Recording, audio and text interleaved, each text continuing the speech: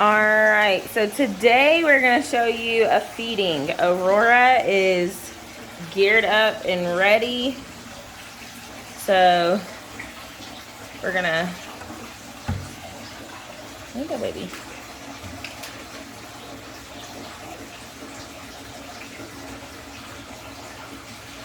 So she's striped and immediately wrapped. I sometimes like to give them a little wiggle, make them fight for it so it's not so easy. Notice her wrapping tighter because of the movement. Oh, the tail just ripped off.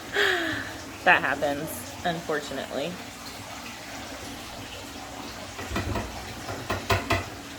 Get that off of there. But now that she's got it wrapped, we're gonna have to fix her cord after a minute. We were just cleaning out her cage. This is her cord for her thermostat and heat mat on the bottom of her tank. So I'll see if we can kind of stay and watch for a minute.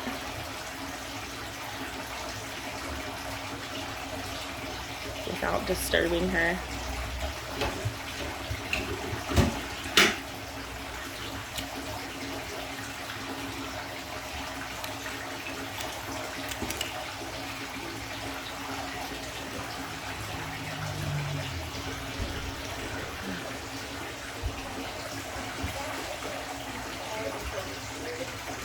So we always do frozen thawed on feeding our snakes. What that means is they come in, the rats are already killed and frozen, and we get them packaged that way. And then all we have to do is thaw them out in some hot water. And then snakes see in infrared, so they're looking for their heat sensors.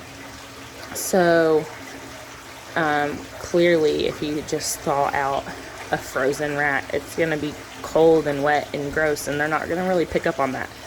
So what we do is to make it more enticing, appealing to them, we take a hair dryer. Well, we take a towel, we put them all out on a towel and kind of towel dry them. And then we take a hair dryer and we fluff them back up, get them nice and warm, and that makes it like as if it were a real live meal.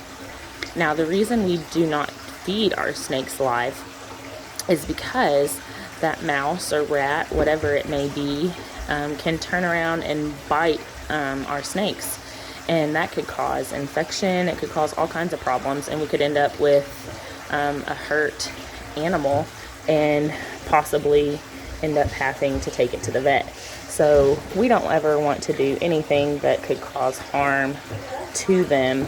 So we always do frozen thaw. Now, we do have one snake in particular that is very picky, and she absolutely refuses frozen thaw no matter what tricks we've made. So what we have to do is a fresh kill. So we get a live rat for her and do a fresh kill so that it cannot hurt her. I don't know if you can see in the video as well, because she's kind of got her head covered up with her body, but she's adjusting her jaw. She's kind of moving her jaw around. Snakes' jaws are not like people's. They can separate their jaws on the bottom, and one of my husband's favorite facts to tell people is that the way that a snake's jaw works is where it completely separates so they can swallow bigger prey items. It would be like if our jaws could do what a snake's jaws do, then we could swallow a watermelon whole. So if that kind of tells you, you can kind of see there where she's kind of working it. Trying not to disturb her and just let her do her thing. Now, the goal generally is to get them to swallow head first, but she is in fact working at the mouse's bottom.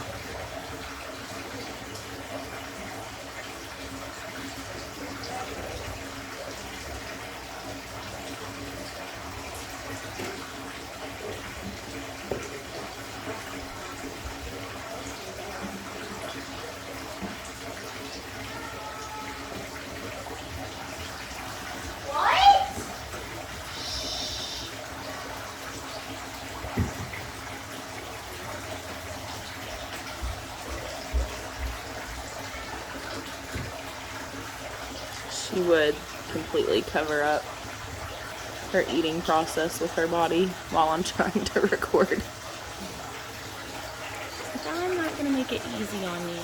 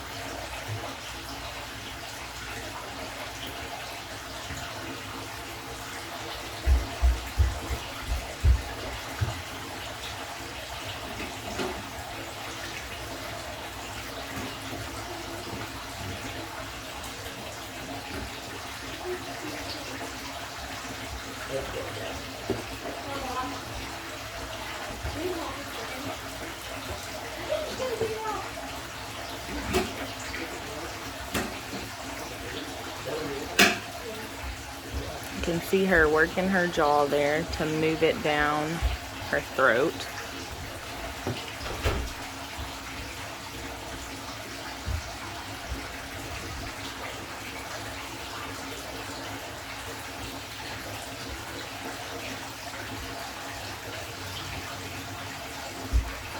And that was really just a great view of how that jaw separates. If you paid attention to that, you see that there,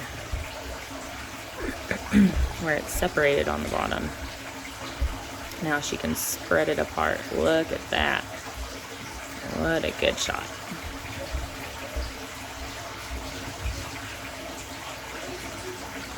She does not play around with her food. She's right into it. Now you might see a little bit of bedding there on the mouse. People are like, well, what if she swallows the bedding? That's perfectly okay. We use, in our opinion, the best bedding. It actually comes from Brian Barczyk. In his reptile zoo that he has. It's coconut husk, and it's some of the absolute best.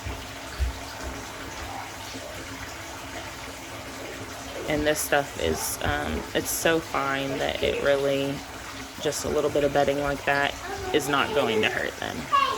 It's perfectly fine, and it's easy for them to digest, so.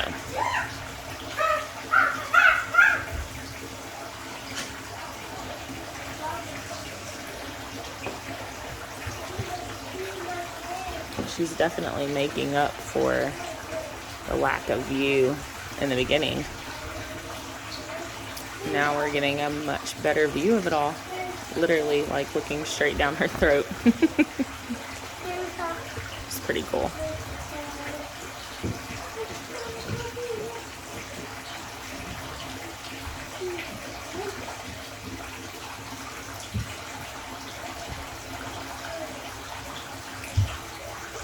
You can see her bottom jaw is still kind of wanky looking. She's gonna have to, once she's completely done eating and gets it down, she's going to have to adjust her jaw to get it back in place. You can see it just moving down her body right there.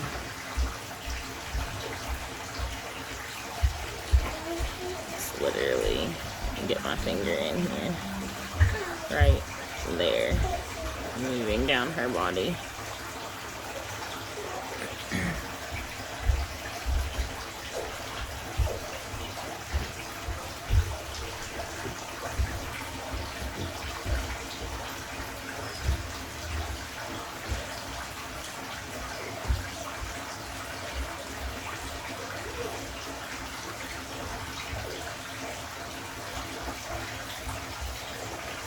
Such a good girl.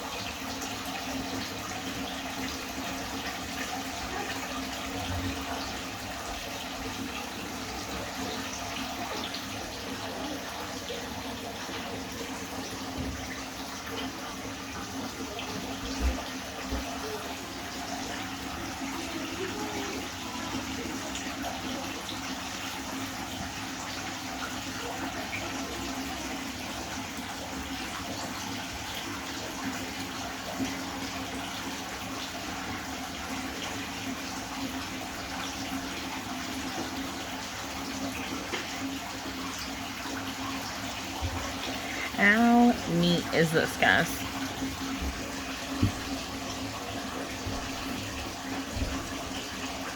Now she's trying to adjust her jaw back.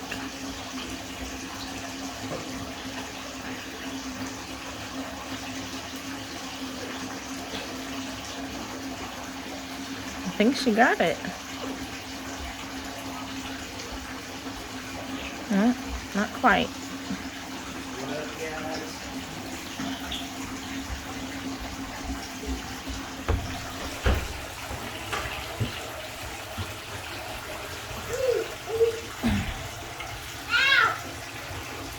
Now she's all set.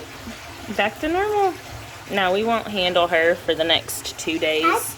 Sometimes we even stretch it to 3 just to make sure that they digest properly and that no regurgitation happens, because that can be very harmful to them. It can even be deadly. So we definitely leave them alone for a little bit. But thank you for watching. We'll see you guys later. Bye.